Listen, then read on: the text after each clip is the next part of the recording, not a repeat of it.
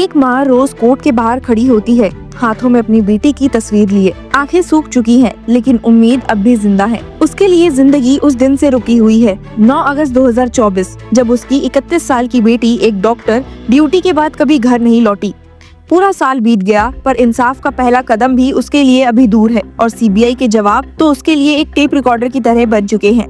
Investigation is in progress, लेकिन क्या ये इन्वेस्टिगेशन हो भी रही है या बस कहने की बात है? साथ ही जहां एक तरफ केस की जांच में इतने डिले देखे जा रहे हैं, वहीं दूसरी तरफ कलकत्ता हाई कोर्ट के सामने एक ऐसा केस आया जिसने जजेस को भी सोच में डाल दिया। दरअसल ये मामला 3 डॉक्टर्स की पोस्टिंग से जुड़ा हुआ था, जिन्होंने आरजीकर केस में विक्टिम के लिए अपना समर्थन दिखाया। क्यों इन 3 डॉक्टर्स को हाई कोर्ट का दरवाजा खटखटाना पड़ा, आइए जानते हैं। लेकिन इससे पहले आपको बता दूं कि 10 जून को सेंट्रल ब्यूरो ऑफ इन्वेस्टिगेशन ने अपना चौथा स्टेटस रिपोर्ट सिल्दा कोर्ट में फाइल किया है। इससे पहले 24 फरवरी को रिपोर्ट फाइल हुई थी, लेकिन हर बार एक ही लाइन रिपीट होती है, They are still waiting to get back the analysis of the CCTV footage they have recorded। उनका कहना है कि फुटेज एक्सटर्नल एजेंसीज को दिया गया था और अब तक उसका रिपोर्ट नहीं आया है, इसीलिए इन्वेस्टिगेशन में डिले हो रहा है। यही डिले विक्टिम की मां को अब टॉर्चर जैसा लगने लगा है। The CBI officials say the same thing in every hearing and every status report submission, that they are investigating and looking into things and work is in progress, the mother told on 11th July।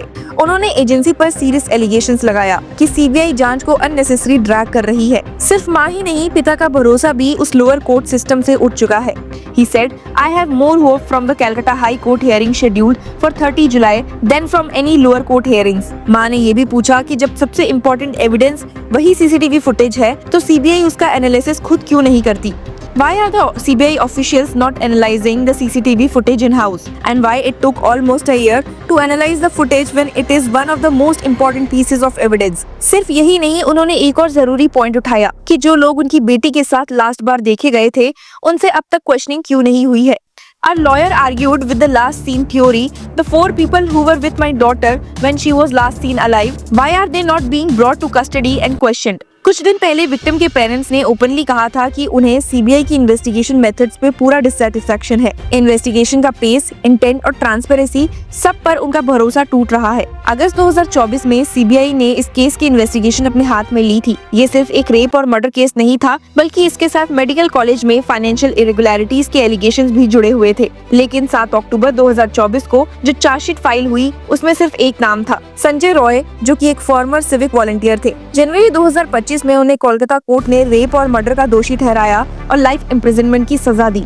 पर parents के लिए ये पूरी कहानी का सिर्फ एक हिस्सा था। पिता ने इन्वेस्टिगेशन में प्रोसीजरल लैप्सेस का भी मेंशन किया। उन्होंने कहा कि अक्टूबर के चार्जशीट के बाद ना कोई सप्लीमेंट्री चार्जशीट फाइल हुई है, ना ही सीबीआई ने उनसे कोई कम्युनिकेशन मेंटेन किया है। The CBI has not filed any supplementary chargesheet in the rape and murder case since the first and only charge sheet filed in October 2024 that the agency ceased all communication with the family after November last year। इसके बीच एक और layer जुड़ी हुई है, 3 junior doctors का transfer जिन्होंने victim की death के बाद प्रोटेस्ट का नेतृत्व किया था। देवाशीष हल्दर, अनिकेत महातो और अशफाक उल्ला नैया, तीनों आरजीकर मेडिकल कॉलेज के वो जूनियर डॉक्टर्स हैं जो अपने कलीग के रेप और मर्डर के बाद सबसे आगे आए थे। इन्हें अब अलग अलग रिमोट डिस्ट्रिक्ट्स में ट्रांसफर कर दिया गया है, मालदा, पुरुलिया और उत्तर दिनाजपुर। इन ट्रांसफर के खिलाफ तीनों डॉक्टर्स ने कलकत्ता हाईकोर्ट का दरवाजा खटखटाया और कोर्ट ने स्टेट गवर्नमेंट से सवाल किया कि क्या ये पोस्टिंग रैंक्स के बेसिस पर हुई है। Justice Vishwajit Basu asked the government, are the postings given on the basis of ranks और on what basis it is decided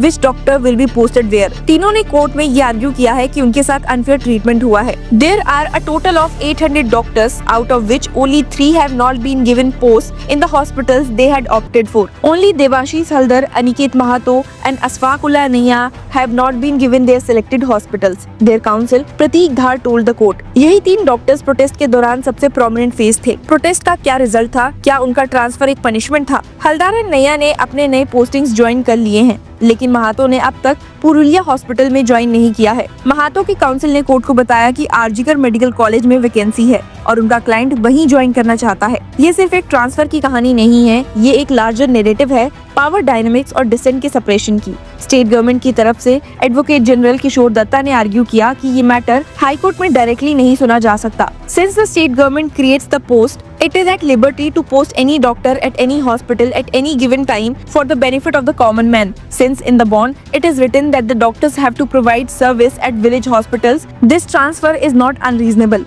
यहाँ सवाल ये है कि क्या ये सिर्फ एक कोइंसिडेंस है कि प्रोटेस्ट के लीडर डॉक्टर्स को ही रिमोट लोकेशंस में भेजा गया है, या ये एक सिस्टमैटिक मैसेज था? और ये मैसेज सिर्फ उन डॉक्टर्स को ही नहीं, हर उस इंसान को दिया गया है जो इनजस्टिस के खिलाफ आवाज उठाता है। जब डिसेंट की पनिशमेंट ट्रांसफर बन जाए तो प्रोटेस्ट करना एक प्रिविलेज बन जाता है और डेमोक्रेसी का असली टेस्ट वहीं से शुरू होता है। विक्टिम के पेरेंट्स के लिए ये सिर्फ एक लीगल बैटल नहीं बल्कि एक इमोशनल स्ट्रगल भी है। हर सुनवाई उनके लिए एक और दिन है बिना जवाब के। जब सीबीआई हर बार वही लाइन रिपीट करती है, वर्क इज इन प्रोग्रेस, तो एक माँ के मन में सिर्फ एक ही सवाल गूंजता है, कब तक? The CBI officials say the same thing in every hearing and every status report submission, that they are investigating and looking into things and work is in progress. जब कोई सिस्टम किसी माँ को एक पूरा साल इन्वेस्टिगेशन इज इन प्रोग्रेस कहकर टाल देता है, तो उस सिस्टम से इंसाफ की उम्मीद करना क्या खुद एक इमोशनल टॉर्चर नहीं है? 30 जून को कलकत्ता हाई कोर्ट में इस केस की सुनवाई होगी।